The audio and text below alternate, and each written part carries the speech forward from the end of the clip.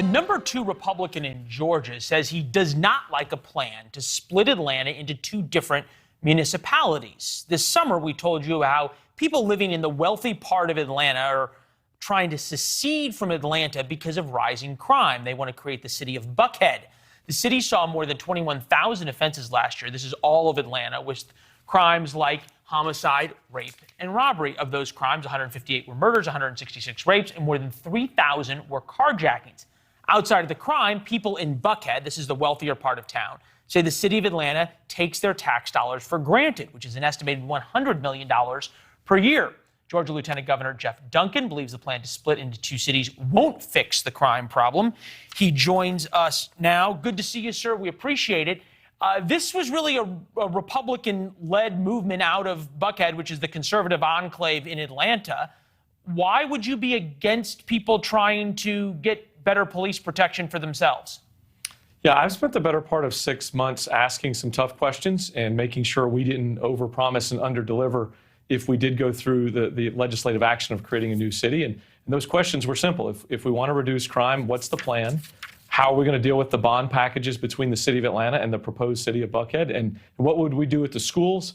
And not only did I not get a satisfying answer, I didn't get any answers on those questions. And so I wanted to focus on a plan that was more comprehensive than just the city of Buckhead and putting up some shiny signs.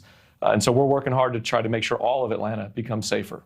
Well, it's certainly a fantastic hope to have all of Atlanta become safer. You think, though, Atlanta police retirements or resignations, 200 plus since 2020, like a lot of big cities, they're having a hard time hiring police officers. You had a very anti-police mayor for a while there. How do people in a city in a part of a city like Buckhead feel safe in a city where the police are that underfunded and stretched so thin? Yeah, great question. And that's exactly what we're doing here in Georgia, is trying to figure out how to refund the police. There was this crazy period of time where some select few thought that just the notion of saying defund the police made any sense, and it didn't. We've lost hundreds of police officers to retirement and other places. And so we've launched some legislative ideas. One is the Less Crime Act, LESS, and it's strictly focused on trying to let corporations and citizens write checks directly to law enforcement agencies to help them hire more, pay more, and equip them better. All right, so how much of this is a partisan issue? Just recently, it seems as though even top Democrats have now decided that defund the police is not a great idea.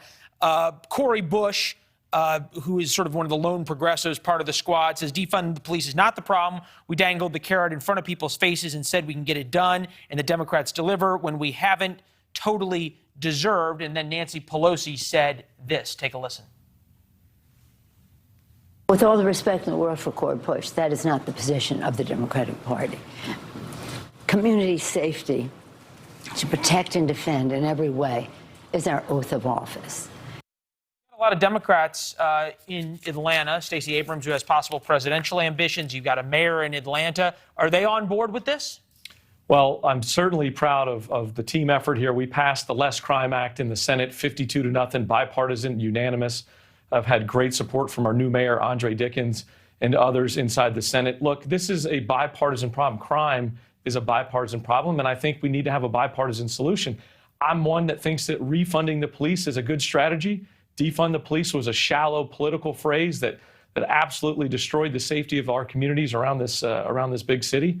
And I'm ready to turn the page and move on. And Leland, quite honestly, as a conservative, as a Republican, as somebody who wants to move on from the past election cycle, I think we need to be the party of ideas and solutions again, and this is one of those. All right, well, we'll see how it works in Atlanta. The numbers will speak for themselves. The stats always do. Actions also speak for themselves. We want to say happy Valentine's Day to your wife who came with you to the studio. Nothing quite says love, Lieutenant Governor, like bringing your wife to a television hit on Valentine's Day. Absolutely. I thought she'd be super impressed coming here with me. Well, we're super grateful that you all spent a little bit of Valentine's Day with us. Thank her for us, and we'll see you soon. All right, Leland. Thanks, man. Yeah, good to see you.